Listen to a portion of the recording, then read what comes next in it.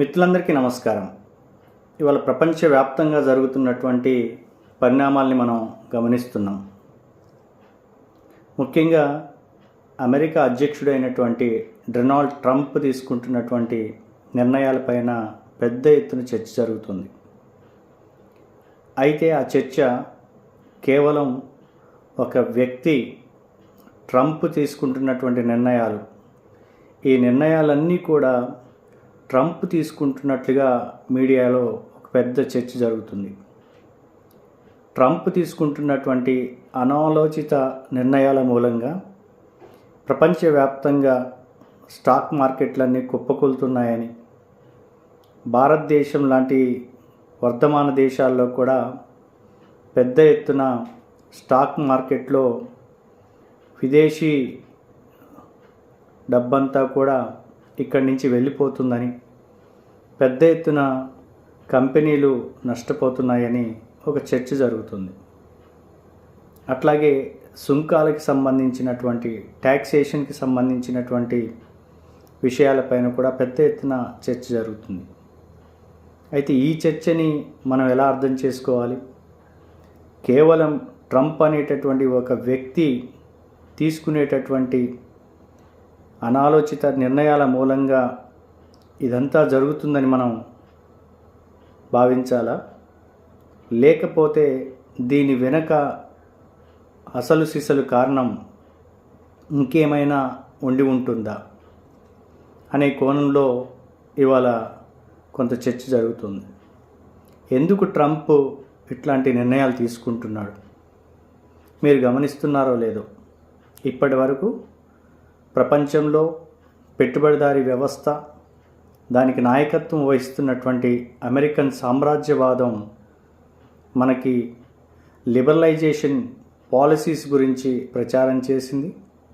వాటిని మనం అమలు చేయాలి, ప్రపంచవ్యాప్తంగా అన్ని దేశాలు ఈ విధానాల్ని అమలు చేయాలని అది ప్రోత్సహించింది, వాటిని అమలు జరిగేలా చూసింది. అందుకే మనం అనేక సందర్భాల్లో ఈ మాటలు విన్నాం. ఎల్పిజి పాలసీస్ అని, లిబరలైజేషన్, ప్రైవేటైజేషన్, గ్లోబలైజేషన్, ప్రపంచీకరణ, సరళీకరణ, ప్రైవేటీకరణ, ఈ ఆర్థిక విధానాల్ని ముందుకు తీసుకొచ్చింది ప్రపంచ పెట్టుబడిదారీ వ్యవస్థ, దానికి నాయకత్వం వహిస్తున్నటువంటి అమెరికన్ సామ్రాజ్యవాదం. కానీ ఎవరైతే ఈ ఎల్పిజి పాలసీస్ని, అంటే ఎల్పిజి పాలసీస్ యొక్క సారాంశం మనందరికీ తెలిసిందే. ప్రపంచంలో ఉన్నటువంటి ఏ దేశంలో ఉన్నటువంటి పెట్టుబడి అయినా కూడా స్వేచ్ఛగా అన్ని దేశాలకి అది వెళ్ళగలగాలి. అట్లాగే ఆ పెట్టుబడితోటి జరిగే ఉత్పత్తి కార్యకలాపాలకి అవసరమైన మానవ వనరులు, హ్యూమన్ రిసోర్సెస్ అంటే శ్రమ అంటుంటాం. ఈ శ్రమ, పెట్టుబడితో పాటు శ్రమ కూడా, శ్రమ చేసేటటువంటి మేధో కార్మికులు, శారీరక కార్మికులు కూడా స్వేచ్ఛగా ఎక్కడికంటే అక్కడకు వెళ్ళేటటువంటి భౌతిక పరిస్థితులు క్రియేట్ చేయడమే ఒక రకమైనటువంటి స్వేచ్ఛ వాణిజ్యం. అట్లాగే పెట్టుబడి పెడుతూ, ఉత్పత్తి జరుపుతూ, ఉత్పత్తి అయినటువంటి వస్తువులన్నీ కూడా, సరుకులన్నీ కూడా ప్రపంచంలో ఉన్నటువంటి తిరిగి అన్ని దేశాలకి స్వేచ్ఛగా వెళ్ళగలిగేటటువంటి పరిస్థితిని సృష్టించడమే మనం ఈ ఎల్పిజి పాలసీస్ యొక్క సారాంశంగా చెప్తాం. అంటే పెట్టుబడి ప్రపంచంలో ఏ మూలకైనా వెళ్ళడం, అట్లాగే మానవ వనరులు స్వేచ్ఛగా ఏ మూలకైనా స్వేచ్ఛగా వెళ్ళగలగడం, అట్లాగే ఉత్పత్తి అయినటువంటి ఉత్పత్తులు కూడా తిరిగి అన్ని దేశాల్లోకి స్కాటర్ అయిపోయి స్వేచ్ఛగా వెళ్ళగలగటం. వీటి కోసం అవసరమైనటువంటి పాలసీసే విధానాలనే మనం ప్రపంచీకరణ, సరళీకరణ, అట్లాగే ప్రైవేటీకరణ అని అంటుంటాం. అయితే ఈ విధానాల గురించి మనకి కొంత అవగాహన ఉంది. ఎప్పుడైతే పెట్టుబడి అన్ని దేశాలకు స్వేచ్ఛగా రావాలి, మనుషులు స్వేచ్ఛగా వెళ్ళగలగాలి, అట్లాగే తయారైనటువంటి ఉత్పత్తులు ఎటువంటి సుంకాలు లేకుండా స్వేచ్ఛగా అన్ని దేశాలకు తిరగగలగాలి అంటే ఆయా దేశాల్లో కొన్ని చట్టాలు ఉంటాయి. ఆ అడ్డంకిగా ఉన్నటువంటి చట్టాలని, అంటే పెట్టుబడి కదలికకి అడ్డంకిగా ఉన్నటువంటి చట్టాలని, మానవ వనరులకి అడ్డంకిగా ఉన్నటువంటి, అంటే శ్రమకి అడ్డంకిగా ఉన్నటువంటి చట్టాలని, అట్లాగే ఉత్పత్తి అయినటువంటి వస్తువులు స్వేచ్ఛగా వినియోగంలోకి పోకుండా అడ్డుకునేటటువంటి చట్టాలు, స్థానిక చట్టాలు, ఈ చట్టాలన్నింటినీ కూడా వాటిని రద్దు చేయడం లేదా సవరించడం, దాన్ని మనం లిబరలైజేషన్, సరళీకరణ అంటుంటాం. ఆ చట్టాలన్నింటినీ కూడా అంత గట్టి చట్టాలు ఉండకూడదు, ఫ్లెక్సిబుల్గా ఉండాలని ఇప్పటి వరకు అమెరికన్ సామ్రాజ్యవాదం, పెట్టుబడిదారీ వ్యవస్థ మనకు చెప్తూ వచ్చింది. అంటే స్వేచ్ఛగా పెట్టుబడి కదలడం, స్వేచ్ఛగా మానవ వనరులు కదలడం, స్వేచ్ఛగా ఉత్పత్తులు కదులుతూ అంతా కూడా స్వేచ్ఛాయుతమైనటువంటి ఫ్రీ ట్రేడ్ అనేది ఈ లిబరలైజేషన్ పాలసీస్ యొక్క ముఖ్య ఉద్దేశం. దాన్ని ఎంకరేజ్ చేయడం కోసమే మనం ప్రపంచంలో వరల్డ్ బ్యాంక్, ప్రపంచీకరణ విధానాల్లో భాగంగా ప్రపంచ బ్యాంకుని మనం చూసాం, IMFని చూసాం, అట్లాగే WTO లాంటి సంస్థల్ని కూడా మనం చూసాం. ఈ 3 సంస్థల ద్వారా ప్రపంచవ్యాప్తంగా పెట్టుబడిదారీ వ్యవస్థ, దానికి నాయకత్వం వహిస్తున్నటువంటి అమెరికన్ సామ్రాజ్యవాదం ఈ 3 సంస్థల ద్వారా ప్రపంచీకరణ విధానాల్ని ప్రపంచం మొత్తం అన్ని దేశాల్లో అమలయ్యేటట్లు ఇప్పటివరకు చూసింది. కానీ ఈ ప్రపంచీకరణ విధానాలు అమలైనటువంటి 3-4 దశాబ్దాల తర్వాత, 30-40 సంవత్సరాల తర్వాత ఇవాళ ఉన్నటువంటి పరిస్థితి ఏంటి అంటే, ఈ విధానాల ఫలితంగా ప్రపంచవ్యాప్తంగా ఆర్థిక మాంద్యం అనేది ముందుకు వస్తున్నట్టు మనకు కనపడుతుంది. ముఖ్యంగా అమెరికా ఆర్థిక వ్యవస్థ చాలా తీవ్రమైనటువంటి సంక్షోభంలోకి వెళ్తున్నట్టు మనకు కనపడుతుంది. అందుకే ఇవాళ ప్రపంచీకరణ విధానాలను ముందుకు తీసుకొచ్చినటువంటి అమెరికా దేశమే ప్రపంచీకరణ విధానాలకు వ్యతిరేకంగా మాట్లాడుతోంది.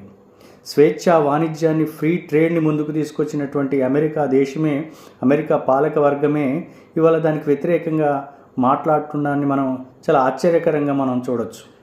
ట్రంప్ ఎన్నికల సందర్భంలో ఏ నినాదం ఇచ్చాడు మనందరికీ తెలిసిందే. మాగా అనేటటువంటి నినాదాన్ని ఆయన ఇచ్చాడు. మేక్ అమెరికా గ్రేట్ అగైన్ అనేటటువంటి నినాదాన్ని ఇచ్చాడు. అంటే అర్థం ఏంటి? మా దేశమే ముఖ్యం, మా పౌరులే ముఖ్యం, ముందు మాకు మేము ప్రయారిటీ ఇచ్చుకుంటాం, ఇతర దేశాలకు సంబంధించినటువంటి విషయాలన్నింటినీ కూడా మేము ఇప్పుడు పట్టించుకునేటటువంటి స్థితిలో లేము అనేది ఆయన చెప్పాడు. ఇదేంటి? ఒక రకంగా గ్లోబలైజేషన్కి ఎగెయినిస్ట్గా, ఒక నేషనలిస్టిక్ అప్రోచ్గా దీన్ని మనం చూస్తాం. అంటే ప్రపంచీకరణ కాదు, ఇప్పుడు జాతీయీకరణ, మమ్మల్ని మేము రక్షించుకునేటటువంటి స్థితిలో ఉన్నాము, అందుకోసమే నేను రాజకీయాల్లోకి ముందుకు వస్తున్నాను, నన్ను గెలిపించండి అని ట్రంప్ ఆ నినాదంతో ఎన్నికల్లోకి వెళ్ళి అమెరికన్ పౌరుల చేత ఓటు ఎంచుకొని ఆయన గెలుపొందటం మనం చూసాం. అందుకే గ్లోబలైజేషన్కి వ్యతిరేకంగా నేషనలిజం దాన్ని తీసుకురావడం అనేది ఒక ఆశ్చర్యకరమైనటువంటి విషయం. ఇక్కడే అమెరికన్ సామ్రాజ్యవాదం ఆత్మరక్షణలో పడినట్టు మనం గమనించవచ్చు. అట్లాగే ట్రేడ్, ఫ్రీ ట్రేడ్ అనేది లిబరలైజేషన్ పాలసీస్ యొక్క ముఖ్య సారాంశం. స్వేచ్ఛా వాణిజ్యం అంటే పెట్టుబడులు స్వేచ్ఛగా కదలడం, మానవ వనరులు స్వేచ్ఛగా కదలడం, అట్లాగే ఉత్పత్తి అయినటువంటి ఉత్పత్తులన్నిటి కూడా స్వేచ్ఛగా కదలడం. ముఖ్యంగా ఇందులో ట్యాక్సేషన్ సిస్టమ్, సుంకాలు, ప్రపంచంలో ఏ వస్తువు ఎక్కడైనా తయారు కావచ్చు, ఎక్కడైనా స్వేచ్ఛగా అమ్ముకోవచ్చు. ఆ స్వేచ్ఛగా వస్తువు అమ్ముకోవడానికి అవసరమైనటువంటి సుంకాలు, పన్నులు ఏమైనా ఉంటే అవన్నీ కూడా చాలా తక్కువ సుంకాలు ఉండాలి. అందుకే అమెరికాలో సుంకాల యొక్క శాతం చాలా తక్కువగా ఇప్పటి వరకు ఉంది. అంటే ఇతర దేశాల నుంచి దిగుమతి చేసుకునేటటువంటి వస్తువులపైన అమెరికా దేశం చాలా తక్కువ సుంకాలు విధించింది. ఎందుకు అంటే, నేను ఈ గ్లోబలైజేషన్ పాలసీస్కి ఛాంపియన్గా నిలబడాలనుకుంటున్నాను, నేను ఒక హీరోగా ఈ పాలసీస్కి ఉండాలనుకుంటున్నానని ఇప్పటివరకు అమెరికా భావించింది. కానీ ఈ సుంకాలే ఇప్పుడు మాకు నష్టం చేశాయి. ముఖ్యంగా మెక్సికో, కెనడా, చైనా, ఈ 3 దేశాలు ఇప్పుడు చర్చల్లో బాగా పేర్లు వినపడుతున్నాయి. ఎందుకు అంటే, అమెరికా తాను ఎగుమతి చేసుకుంటున్నటువంటి ఉత్పత్తులు, తాను దిగుమతి చేసుకుంటున్నటువంటి ఉత్పత్తుల్లో అత్యధిక భాగం ఈ 3 దేశాల నుంచి దిగుమతి చేసుకున్నట్టుగా మనకు కనపడుతుంది. అట్లాగే సుంకాల మూలంగా పెద్ద ఎత్తున వాణిజ్య లోటు, దాదాపు ఇవాళ అమెరికా ఎగుమతులకి దిగుమతులకి మధ్య వ్యత్యాసం, వాణిజ్య లోటు 38 లక్షల కోట్ల రూపాయలుగా ఇవాళ అంత పెద్ద ఎత్తున వాణిజ్య లోటు కనపడుతున్నట్టు చెప్తున్నారు. ఈ 38 లక్షల కోట్ల రూపాయల వాణిజ్య లోటులో కూడా 65% ఈ వాణిజ్య లోటు మెక్సికో, కెనడా, చైనా దేశం, ఈ 3 దేశాల మూలంగానే 65% వాణిజ్య లోటు మాకు వస్తుంది. కాబట్టి ఈ వాణిజ్య లోటు ఎందుకు ఏర్పడుతుంది మాకు అంటే, ఆ 3 దేశాల నుంచి ఉత్పత్తి అయినటువంటి వస్తువులపైన మేము తక్కువ సుంకాలు విధించటం మూలాన మాకు అది జరుగుతుంది. మేము బయటికి పంపించేటటువంటి వస్తువుల పైన మాకేమో మా వస్తువులపైనేమో ఆ దేశాలు ఎక్కువ ట్యాక్సేషన్ వేస్తున్నాయి. కాబట్టి ఈ ఎగుమతులు దిగుమతులకు మధ్య ఉన్నటువంటి ఈ వ్యత్యాసం వల్ల, ఈ సుంకాల వ్యత్యాసం వల్ల పెద్ద ఎత్తున మేము ఇప్పటివరకు నష్టపోయాం. అందుకే ట్రంప్ మొన్న ఒక మాట అన్నాడు, ఇప్పటి వరకు ప్రపంచ దేశాలు అమెరికా దేశాన్ని ఎక్స్ప్లాయిట్ చేశాయి, దోచుకున్నాయి అనేటటువంటి ఒక కామెంట్ చేశాడు.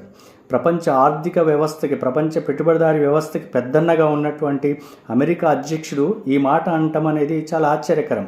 ప్రపంచ దేశాలట ఇప్పటి వరకు అమెరికా దేశాన్ని దోచుకున్నాయనేటటువంటి మాట, సుంకాల పేరు మీద దోపిడీ చేశారనేటటువంటి మాట మాట్లాడడం అనేది చాలా ఆశ్చర్యకరమైనటువంటి విషయం. అందుకే ఇవాళ అమెరికన్ సామ్రాజ్యవాదం తన ఆర్థిక వ్యవస్థని, అంటే ఈ గ్లోబలైజేషన్ పాలసీస్ ద్వారా మేము నష్టపోయామనేటటువంటి మాట అమెరికన్ సామ్రాజ్యవాదం మాట్లాడడం అనేది చాలా ఆశ్చర్యకరం. అంటే ఇది ఒక రకంగా ఇది ట్రంప్ తీసుకున్నటువంటి నిర్ణయాల మూలంగా లేదా బైడెన్ తీసుకున్నటువంటి నిర్ణయాల మూలంగా వచ్చిన పరిస్థితి కాదు. కార్ల్ మార్క్స్ ఎప్పుడో చెప్పాడు, ప్రపంచ పెట్టుబడిదారీ వ్యవస్థ తన గోతిని తానే తవ్వుకుంటుంది, ప్రపంచ పెట్టుబడిదారీ వ్యవస్థ తన ఇబ్బందులను తానే తెచ్చుకుంటుంది. ఈ ఇబ్బందులని, ఈ గోతుని తవ్వుకునేటటువంటి క్రమంలోనే ప్రజల్ని కూడా అది ఇబ్బందులకు పాలు చేస్తుంది. ముఖ్యంగా శ్రామిక వర్గాన్ని, మధ్యతరగతి వర్గాన్ని తీవ్రంగా నష్టపోయేలా ప్రపంచ పెట్టుబడిదారీ వ్యవస్థ అది ఆ రూపంలో నష్టాన్ని చేస్తుందని కార్ల్ మార్క్స్ ఎప్పుడో విశ్లేషణ చేశాడు. ఇప్పుడు మార్క్స్ మనకి ఈ మొత్తం ప్రపంచ పరిణామంలో కార్ల్ మార్క్స్ మన ముందు కళ్ళ ముందు కనపడుతున్నాడు. పెట్టుబడిదారీ ఆర్థిక వ్యవస్థ ముఖ్యంగా ఫ్రీ ట్రేడ్ రూపంలో గ్లోబలైజేషన్ పాలసీస్ని ముందుకు తీసుకొచ్చినప్పుడు ఇది ఒక సిస్టమాటిక్, అంటే ఒక క్రమశిక్షణతో కూడుకున్నటువంటి ఆర్థిక వ్యవస్థ కాదు. కాబట్టి ఇది ఒక స్పెక్యులేషన్తో డెవలప్ అయినటువంటి ఆర్థిక వ్యవస్థ కాబట్టి, అంటే ఊహల మీద నిజమైనటువంటి ఉత్పత్తి జరగకుండా ఊహల మీద అభివృద్ధి చెందినటువంటి ఆర్థిక వ్యవస్థ కాబట్టి ఇది ఎప్పటికైనా కూడా కొలాప్స్ అయ్యేటటువంటి అవకాశం ఉంటుందనేది మనకి మార్క్స్ చెప్పినటువంటి క్యాపిటల్ దాంట్లో, ఆ గ్రంథంలో, పెట్టుబడి గ్రంథంలో ఆయన చేసినటువంటి విశ్లేషణ ఇవాళ కళ్ళ ముందు మనకి కనపడుతుంది. కాబట్టి ఊహలతో కూడినటువంటి ఆర్థిక వ్యవస్థే ప్రపంచీకరణ విధానాల మూలంగా ఇవాళ ముందుకు వచ్చింది. దానిలో అమెరికా కూడా, అమెరికన్ ఆర్థిక వ్యవస్థ కూడా తీవ్రంగా నష్టపోయినట్టు మనకు కనపడుతుంది. అందుకే ఇవాళ ఈ ట్రంప్ మాట్లాడుతున్నటువంటి మాటలు కావు ఇవి. ప్రపంచ ఆర్థిక వ్యవస్థలో వస్తున్నటువంటి మాంద్యం నుంచి ఈ మాటలు ముందుకు వస్తున్నాయి. ముఖ్యంగా అమెరికన్ ఆర్థిక వ్యవస్థలో వస్తున్నటువంటి మాంద్యం వల్ల ఈ మాటలన్నీ కూడా ట్రంప్ రూపంలో, ఆయన మాటల రూపంలో ముందుకు వస్తున్నాయి. అందుకే ఇవాళ ట్రంప్ చాలా ఆశ్చర్యకరంగా, అంటే ప్రపంచ పెట్టుబడిదారీ వ్యవస్థని ముందుకు నడిపించేటటువంటి సంస్థలు కొన్ని ఉన్నాయి, మనకు తెలుసు. అది 1944లో అమెరికాలో ఉన్నటువంటి బ్రెట్టన్ వుడ్స్ ప్రాంతంలో పుట్టినటువంటి ట్విన్స్ కవల పిల్లలు అని చెప్తుంటాం. అవి వరల్డ్ బ్యాంక్ ఒకటి, అట్లాగే IMF ఒకటి. ఈ వరల్డ్ బ్యాంక్ IMFని ఎస్టాబ్లిష్ చేసిందే అమెరికన్ సామ్రాజ్యవాదం, అట్లాగే ప్రపంచ ఆర్థిక వ్యవస్థకి పెద్దన్నగా ఉన్నటువంటి అమెరికన్ పెట్టుబడిదారీ వర్గం. అట్లాగే దాని తర్వాత మనం WTO సంస్థను కూడా చూస్తాం. అందుకే ప్రపంచ పెట్టుబడిదారీ వ్యవస్థని ముందుండి నడిపిస్తూ, ఈ ప్రపంచీకరణ విధానాల్ని ముందుండి నడిపిస్తున్నటువంటి ఈ ఆర్థిక వాణిజ్య సంస్థలు IMF కావచ్చు, వరల్డ్ బ్యాంక్ కావచ్చు, అట్లాగే మనకి WTO, వరల్డ్ ట్రేడ్ ఆర్గనైజేషన్ కావచ్చు. ఈ 3 సంస్థల ఆధారంగా ఇప్పటివరకు అమెరికన్ సామ్రాజ్యవాదం తన సామ్రాజ్యాన్ని విస్తరించుకుంటూ, తన బలాన్ని పెంచుకుంటూ, అది ప్రపంచవ్యాప్తంగా అనేక దేశాల్లో ఎక్స్ప్లాయిటేషన్, దోపిడీ చేస్తూ తన ఆర్థిక వ్యవస్థని బలోపేతం చేసుకోవాలని ఒక ప్రయత్నం చేసింది. కానీ ఇవాళ ఆ సంస్థలే వల్లే మాకు నష్టం జరిగింది, ఈ ఫ్రీ ట్రేడ్ వల్లే మాకు నష్టం జరిగింది, సుంకాలు మేము విధించకపోవడం వల్లే నష్టం జరిగిందని తిరిగి రివర్స్లో ఇవాళ ట్రంప్ మాట్లాడడం అనేది ఆశ్చర్యకరంగా వేస్తుంది. అందుకే ఆయన ఇప్పటికే అమెరికా దేశం WHO నుంచి, ప్రపంచ ఆరోగ్య సంస్థ నుంచి వెనక్కి వచ్చేశారు. అట్లాగే ఇప్పుడు ఏమంటున్నాడంటే ఆశ్చర్యకరంగా WTO నుంచి, అట్లాగే వరల్డ్ బ్యాంక్ నుంచి, IMF నుంచి కూడా మేము వెనక్కి వస్తాం, ఇవన్నీ కూడా చైనాకి సహకరించేటటువంటి సంస్థలుగా మారిపోయాయని, ఈ మొత్తం అంటే క్యాపిటలిజం తన ఫెయిల్యూర్ని, అట్లాగే గ్లోబలైజేషన్ పాలసీస్ తన ఫెయిల్యూర్ని, అట్లాగే అమెరికన్ ఇంపీరియలిజం తన ఫెయిల్యూర్ని ఇతరుల మీదకి నెట్టేటటువంటి ప్రయత్నం చేస్తుంది. అది చైనా మీదకి నెట్టే ప్రయత్నం చేస్తుంది, కెనడా మీదకి నెట్టే ప్రయత్నం చేస్తుంది, మెక్సికో మీదకి నెట్టే ప్రయత్నం చేస్తుంది, అట్లాగే భారతదేశాన్ని మీదకి కూడా నెట్టేటటువంటి ప్రయత్నం చేస్తుంది. అందుకే ట్రంప్ కూడా భారతదేశం పైన, మన దేశం పైన కూడా కామెంట్ చేశాడు. ఇప్పటికి భారతదేశంలో ట్యాక్సేషన్ సుంకాలు మా పైన 100 నుంచి 150% వరకు విధిస్తున్నారు. కానీ భారతదేశానికి సంబంధించినటువంటి ఉత్పత్తులపైన మేము కేవలం 4 to 5% మాత్రమే సుంకాలు విధిస్తున్నాం. భారతదేశం కూడా యూరోప్ దేశాలు కూడా మమ్మల్ని ఇప్పటివరకు చేశాయి అనేటటువంటి మాటలన్నీ కూడా చాలా ఆశ్చర్యకరంగా కనిపిస్తున్నాయి. కాబట్టి ఈ మొత్తం పరిణామాలన్నింటినీ కూడా మనం ట్రంప్ తీసుకుంటున్నటువంటి నిర్ణయాలుగా, మనం ఆయన చేస్తున్నటువంటి ఆలోచనలో జరిగేటటువంటి నష్టంగా మనం చూడకూడదు. ఇది మొత్తం ప్రపంచ పెట్టుబడిదారి ఆర్థిక వ్యవస్థలో వచ్చినటువంటి ఒక ఇబ్బంది, ఆర్థిక మాంద్యం.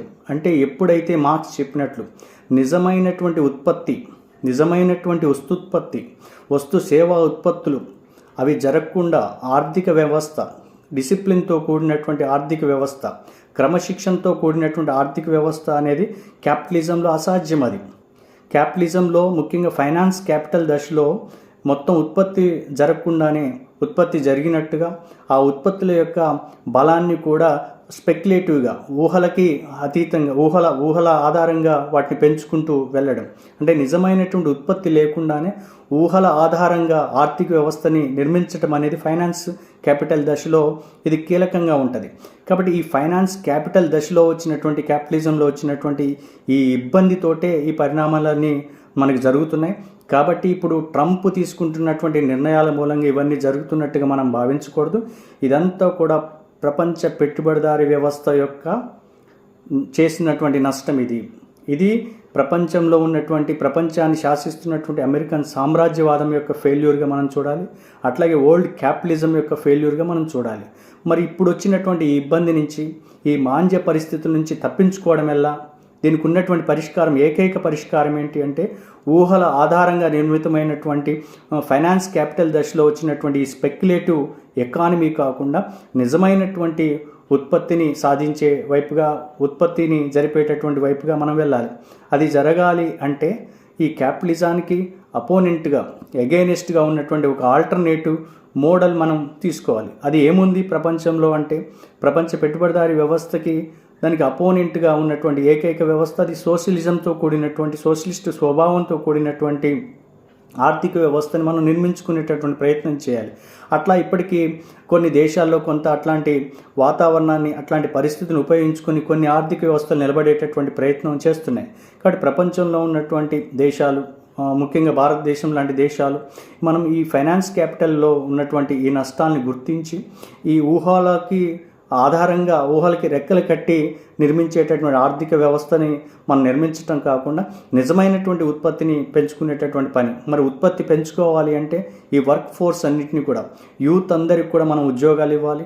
మనము పారిశ్రామిక ఉత్పత్తులపైన, అట్లాగే వ్యవసాయ ఉత్పత్తులపైన ప్రధానంగా కేంద్రీకరించి యువత మొత్తాన్ని కూడా వర్క్ ఫోర్స్ని మనం వినియోగించుకోగలిగితే, చైనా కొంత అట్లాంటి ప్రయత్నం చేసి తన ఆర్థిక వ్యవస్థని నిలబెట్టుకునేటటువంటి ప్రయత్నం చేస్తుంది. కాబట్టి భారతదేశానికి కూడా అట్లాంటి అవకాశాలు ఉన్నాయి. ఈ దేశంలో 35 నుంచి 40 కోట్ల మంది యువకులు, పని చేయగలిగేటటువంటి యువత మనకున్నారు, ఆలోచించగలిగేటటువంటి యువత మనకున్నారు, అత్యంత అద్భుతమైనటువంటి మేధోశక్తి ఉన్నటువంటి యువత కూడా భారతదేశంలో ఉన్నారు. కాబట్టి భారత పాలక వర్గం, ఇక్కడ ఉన్నటువంటి కేంద్ర ప్రభుత్వం ఈ విషయాలన్నింటినీ కూడా ఆలోచన చేసి ఈ స్పెక్యులేటివ్ ఆర్థిక వ్యవస్థని కాకుండా నిజమైనటువంటి ఉత్పత్తుల్ని పెంచేటటువంటి ప్రయత్నం, ఉత్పాదకతని పెంచేటటువంటి ప్రయత్నం, దానితోటి జాబ్ని క్రియేట్ చేసేటటువంటి ప్రయత్నం చేస్తూ మొత్తం మన వర్క్ ఫోర్స్ని ఉపయోగించుకోగలిగితే మనం నిజమైనటువంటి ఆర్థిక వ్యవస్థని కొంత నిర్మించుకోగలుగుతాం. అట్లాగే స్పెక్యులేటివ్ ఆర్థిక వ్యవస్థకి ప్రత్యామ్నాయంగా మనం నిలబడగలుగుతాం. అప్పుడే ఇప్పుడున్నటువంటి ఈ మాంద్య పరిస్థితుల్లోకి మనం వెళ్లకుండా మన ఆర్థిక వ్యవస్థను మనం రక్షించుకునేటటువంటి ప్రయత్నం చేస్తామనేది, అమెరికా పైన ఇప్పటికైనా కూడా మనం డిపెండ్ అవ్వడం, అమెరికాని ఫాలో అవ్వడం వల్ల ప్రపంచంలో అనేక దేశాలు, అనేక ఆర్థిక వ్యవస్థలు ఎట్లా నష్టపోతున్నాయో మనం చూస్తున్నాం. కాబట్టి ఈ దేశంలో ఉన్నటువంటి పాలకులు కూడా, కేంద్ర ప్రభుత్వం కావచ్చు, రాష్ట్ర ప్రభుత్వం కావచ్చు, గుడ్డిగా అమెరికన్ ఇంపీరియలిజాన్ని ఫాలో అవ్వడం కానీ, అమెరికన్ క్యాపిటలిజాన్ని ఫాలో అవ్వడం కానీ అది మనకి అంత శ్రేయస్కరం అయినటువంటి విషయం కాదు అనేది మనం గుర్తించి మన కాళ్లపైన మనం నిలబడేటట్లు, మన ఆర్థిక వ్యవస్థను మనం నిలబెట్టుకునేటటువంటి ప్రయత్నం చేయాలని కోరుతూ సెలవు.